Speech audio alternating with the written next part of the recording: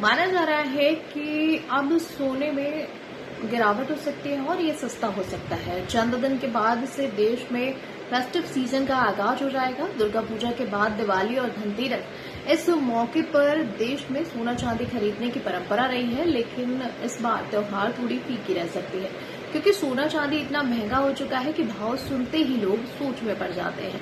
दरअसल पिछले एक साल में सोना करीब 46% महंगा हो चुका है। हैरानी इस बात से होती है कि इसी साल यानी कि 2025 में सोने की कीमत 40% तक बढ़ चुकी है। एक साल पहले 24 कैरेट 10 ग्राम गोल्ड की कीमत करीब 75,000 रुपए थी, जो बढ़कर 1,10,000 रुपए को पार कर चुकी है। अब माना जा रहा है कि सोने के भाव में बड़ी गिरावट संभव है।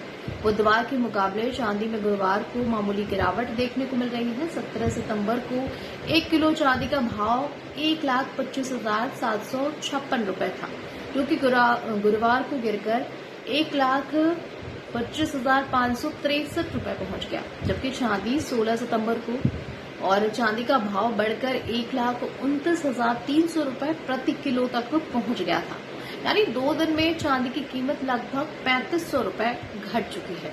दरअसल अमेरिकी फेडरल रिजर्व से ब्याज दरों में कटौती कर दी गई है और फेड में बेंचमार्क दर को 4.25% से घटाकर 4.0 कर दिया गया है और इस फैसले से सोने चांदी की कीमतों पर असर पड़ा है और भाव टूटने लगे हैं।